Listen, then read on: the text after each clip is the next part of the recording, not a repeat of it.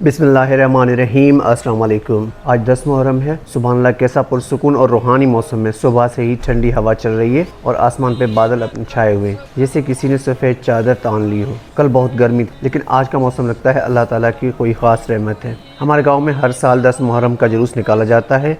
लोग स्याह लिबास पहनते हैं, अदब और सब्र और अकीदत के साथ शरीक होते हैं।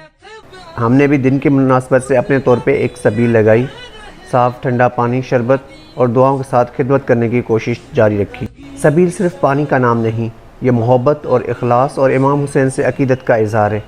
हमने इनकी कुर्बानी को याद करते हुए लोगों की खिदमत करते हैं, क्योंकि करबला में इंसानियत कुर्बानी और सच्चाई का दर्स देता है। दोस्तों, 10 मुहर्रम का दिन हमें एक बहुत ही अजीम दर्दनाक वाक़े की याद दिलाता है, करबला का वाक़या।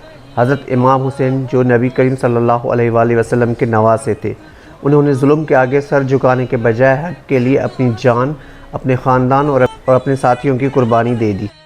यज़ीद के बातिल हुकूमत को कबूल करने के बजाय इमाम हुसैन ने फरमाया, जैसे जीना मेरे नाना मोहम्मद सल्लल्लाहु अलैहि वसल्लम का तरीका था, वैसे ही मरना भी नाना का ही तरीका होगा।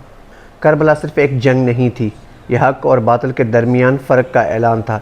इमाम हुसैन हमें सिखाता है कि चाहे दुनिया साथ दे या ना दे, पर हक़ पर कायम रहो।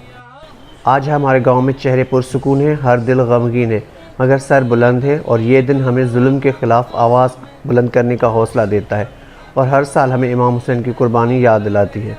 दोस्तों, आज के वीडियो में हमने बस देखा कि जिस तरह हमारे गांव में मुहर्रम अल हराम का एहतराम, अकीदत से ज़िक्र किया जाता है, सबीलें लगाई जाती हैं, जुलूस निकाला जाता है और लोग दुआओं के साथ शरीक होते हैं। आप भी आज का दिन खामोश दुआओं और कुर्बानी को याद करते हुए गुजारें। अगर वीडियो पसंद आई हो तो लाइक और शेयर करें और चैनल को सब्सक्राइब करना ना भूलिए। मिलेंगे फिर किसी नए वीडियो के साथ, तब तक के लिए दीजिए इजाज़त। अल्लाह हाफिज़। जिंदगी हुसैन है, बंदगी हुसैन है।